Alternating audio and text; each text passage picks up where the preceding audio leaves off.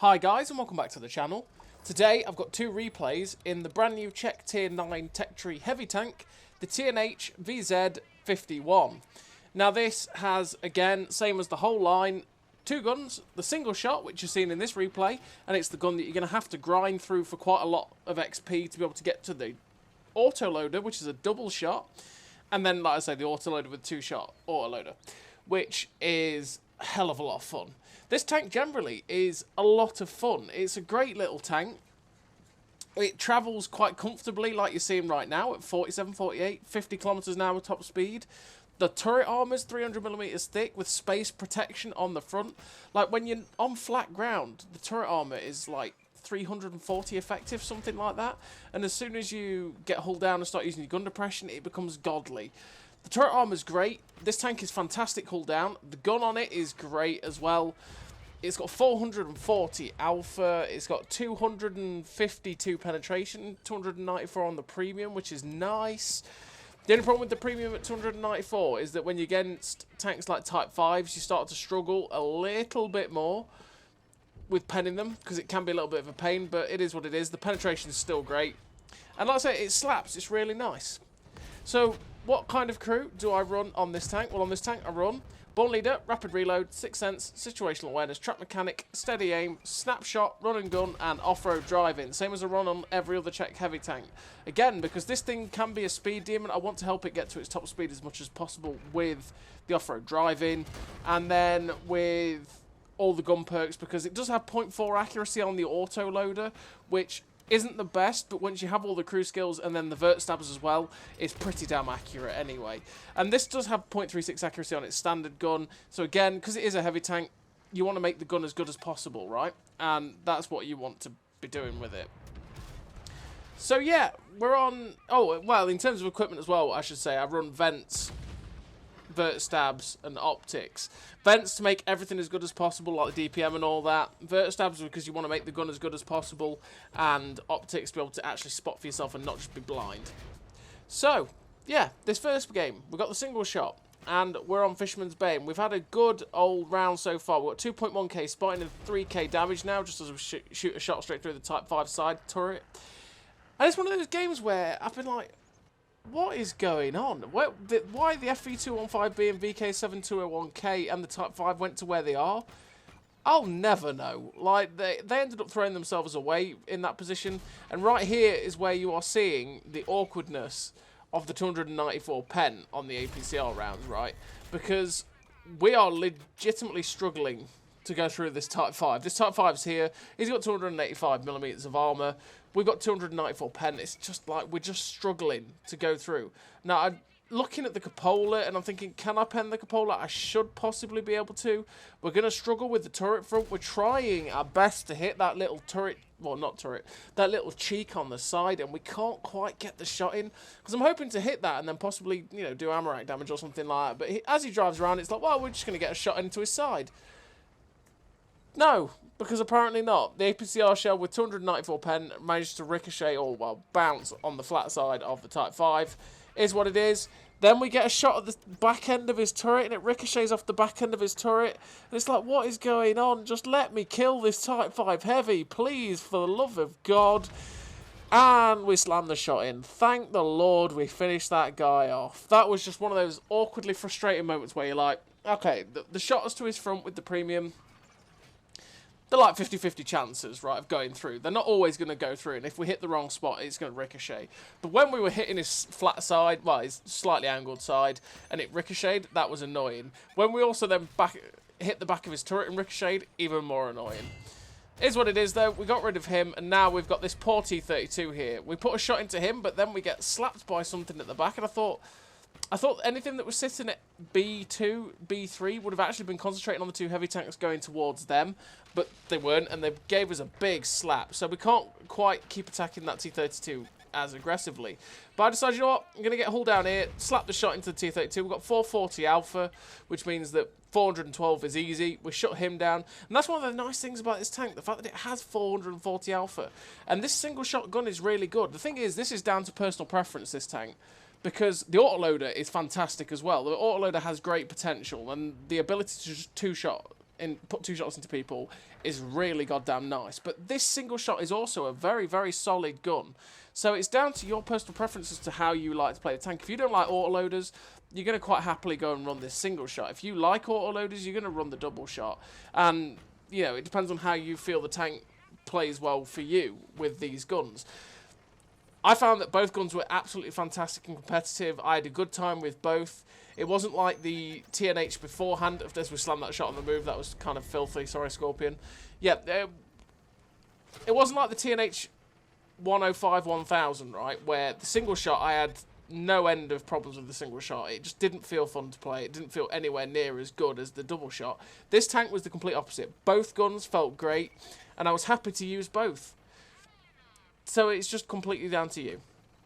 So we've got one tank left. We're going towards it. Is this Waffle Panzer IV in the corner? The light tank clearly doesn't want to die to him. I've got the hit points. I've got the great turret armour. We come over, auto-aim the shot, straight in, and shut down the Waffle Panzer IV. And we finished the game with a very nice total for the single shot gun on this tank. A good game for the tier 9. 5 kills, 4.9k damage, 2.8k assistance, ace tanker, and 2009 base XP. A really nice game for the tier 9 heavy. The TNH VZ.51, we're not talking about the tier 8. The tier 9, this tank is great. Honestly, it's so much fun because you've got fantastic turret armour, right? You've got a fantastic gun. You've also got great mobility. And that is one thing that is great about it, is the mobility is good. It's not quite at the level of the tier 10 in terms of its sort of the way it manoeuvres, but it's still fairly solid. And the whole tank as a whole is just solid. And that's what's so nice to play about it, this tier 9, realistically. I just like the fact that you can go hull down and you can be mobile and get to aggressive positions. Your upper plate and lower plate, I mean, most of the time people are going to butcher your lower plate. Your upper plate, when you're facing tier 10s, when they're getting onto that 270 pen and they're getting towards firing just full gold and stuff like that, they're going to butcher your upper plate and lower plate, right? So don't always rely on your hull armour that much, but you can, again, because you've got pretty decent hull armour, you can ricochet shots here and there, and if you keep angling and manoeuvring and stuff like that, you will bounce shots. And it can side scrape decently, but don't over angle too much, because the amount of times that I have been caught in the back end of the tank when you're just slightly too over angled and they pen you, damage your engine, set you on fire through the back is a bit of a pain. So don't always chance it, just use it if you can as like that sort of last resort, you know. So on this second game, we're on Malinovka. We've got the double shot and we're going to the hill because it is encounter, and to be perfectly honest, if you don't go to encounter cap on Malinovka, it's going to end up being that you win the bottom, they have the hill and just cap out, and it's never any fun because you just struggle to get back up on top of it.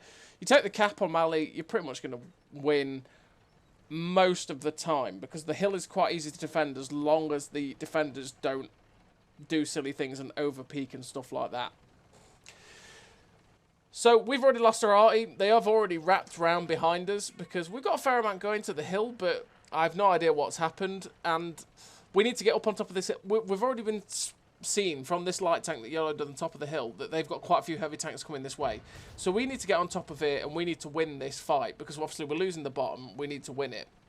So we're going to come around this side of the windmill, and we're just looking at this TNH 1050, and he's the target here. We get one in, and we get two in. The 2.5 second intro clip is beautiful on this thing because you're not hanging around forever, and that's one of the nice things about it. It's like the tier 8 Prem Heavy, right? It's a fantastic tank if it hits it, if its gun hits. But the 3.5 second intro clip it's got is a little bit longer, and sometimes it leaves you a little bit overexposed. With the 2.5 seconds, it's so much better because obviously you aren't exposing yourself to the enemy team all too much. Now here we're side scraping this a mil 2. He's bounced 2, he's fired 3, he's got 1 shell left, and I know that he's going to bounce on my turret armor. Basically, he's firing heat, so he's going to get absorbed by the spaced armor. Now, unfortunately, we go for the cupola because that is one thing that this tank does have. Same as the TNH 1050 and same as the VZ.55. They all have a cupola on this left-hand side of the turret as we are looking at ourselves. It's basically on the right-hand side of the turret if we're looking at ourselves. That can be penned. It's about 200. I can't remember. To be fair, I can't remember what the cupola is effective. But know that if you're a tier 9 and you've got like 250 pen, whatever, you're going to go through the cupola quite a lot. But you have to hit it. And the thing is, it's also got the troll thing of viewport damage. When you shoot the cupola, it's like there are some tanks that do it, where you hit the cupola flush, you think, oh, I've got to pen that, and you just do viewport damage and that's it. It does have that little annoyance, so bear that in mind. But if you are seeing one of these things hull down, try and shoot the cupola. That is probably your way of penning it. Or if you're firing high pen rounds, so above 300 pen, shoot next to the gun, next to the spaced arm, just to the left of the spaced arm or on the right hand side of the gun, and you can pen that too. Now that VZ.51 clearly gave up, and we managed to shut him down with the double shot. We're just waiting for the reload. We have really drastically lost the bottom half. I'm looking at this VZ.51 like thinking, please, drive out. But he's not going to do it. We have to start to turn around and look at the guys coming up the A line. Because if we cut off their advance up the hill, it'll be fine, because we can get hull down. Because the thing is, for both sides of the hill, if they're climbing up, they've got nowhere to get hull down.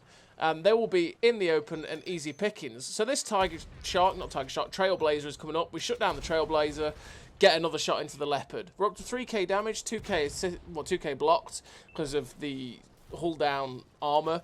And now we're just going to back up and wait for this really quick reload to get these shots in. Because this two-shot is deadly. It pops out the rounds really quickly, and you're just seeing how quickly we reload. So we're back into the fight already, and that was 21.9 seconds. And then we're in, and it's like, well, goodbye, Mr. Standard Beat. There's not much you can do to that. We got a bit lucky there because we overshot the aim there, but it still flew in.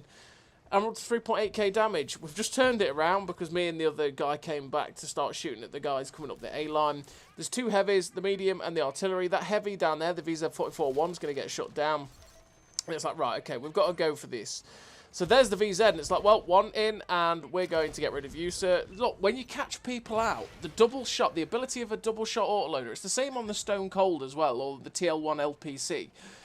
When you catch someone out with a two-shot autoloader and you do that double-shot burst, it's so filthily dangerous. And it's the same on the VZ.55 as well, if you're wondering about the tier 10.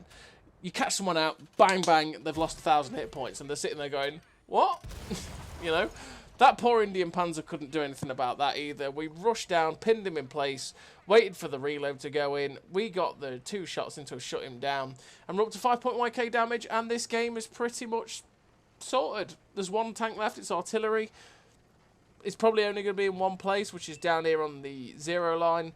We're just going to go chasing after that. I'm saying thanks to the Caro because he was with me on that top that was basically keeping them distracted and keeping them working over, stopping their advance a little bit, because obviously it's one of those things when you're autoloading, when you fire, likelihood is when you fire both shells they're going to rush, and he basically kept them at bay.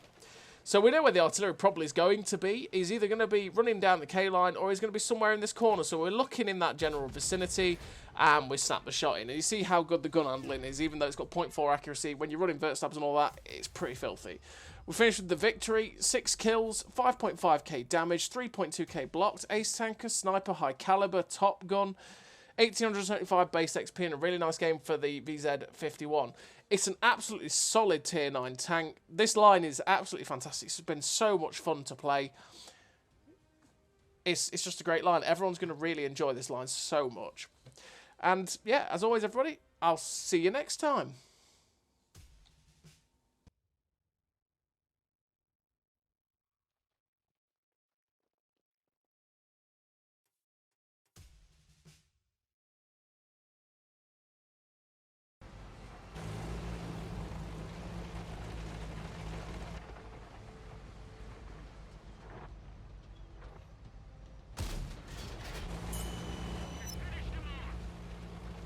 A great success!